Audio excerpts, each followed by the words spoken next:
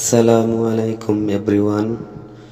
MSP প্রবাস বাংলা চ্যানেলে আজকের ভিডিওতে সবাইকে স্বাগতম। আজকের এই ভিডিওতে আপনাদের শেখাবো গুরুত্বপূর্ণ কিছু আরবি শব্দ বা আরবি সর্বনাম, যেগুলো না শিখলে বা না জানলে আরবিতে কথা বলা একদম সম্ভব না। তো চলুন আর দেরি না করে পুরো ভিডিওটা একবার দেখে আসি।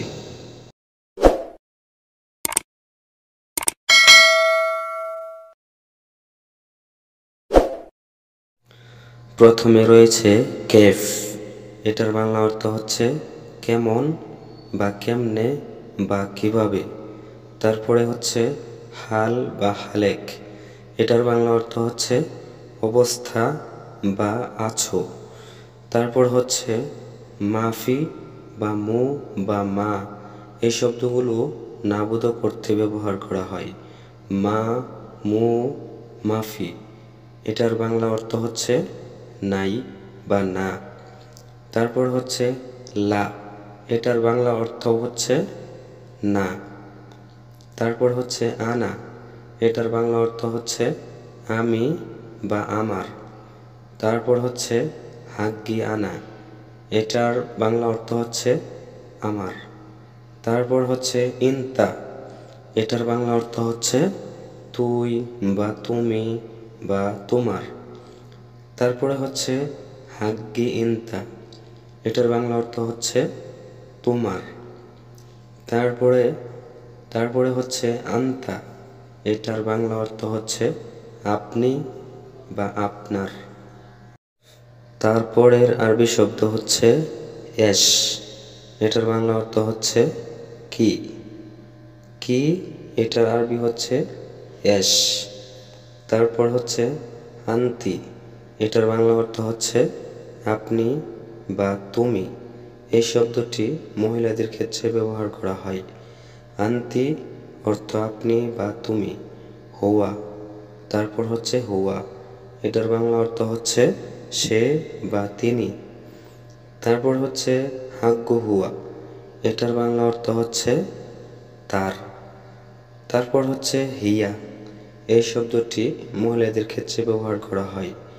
হিয়া এটার বাংলা অর্থ হচ্ছে সে বা তিনি। তারপর হচ্ছে আনা। এটার বাংলা অর্থ হচ্ছে আমি বা আমার বা আমাকে। তারপর হচ্ছে লাক। এটার বাংলা অর্থ হচ্ছে তোমাকে বা আপনাকে। তারপর হচ্ছে লাহ। এটার বাংলা অর্থ হচ্ছে তাকে। তারপরে শব্দ হচ্ছে ইলামান। এটার বাংলা অর্থ হচ্ছে কাকে। কাকে এটার আরবি শব্দ হচ্ছে ইলামান। তারপরের আরবি শব্দ হচ্ছে হাদা, হাজা বা হাদি। এগুলোর বাংলা অর্থ হচ্ছে এটা বা এটি বা ইহা। তারপরের শব্দ হচ্ছে হাউলা হুম। এটার বাংলা অর্থ হচ্ছে এগুলো। তারপরের শব্দ হচ্ছে ওয়াহুয়া। এটার বাংলা অর্থ হচ্ছে যেগুলো। তারপরের শব্দ হচ্ছে হেনা বা হেনাক। এটার বাংলা অর্থ হচ্ছে এখানে। তারপরের শব্দ হচ্ছে আইনা। এটার বাংলা অর্থ হচ্ছে যেখানে।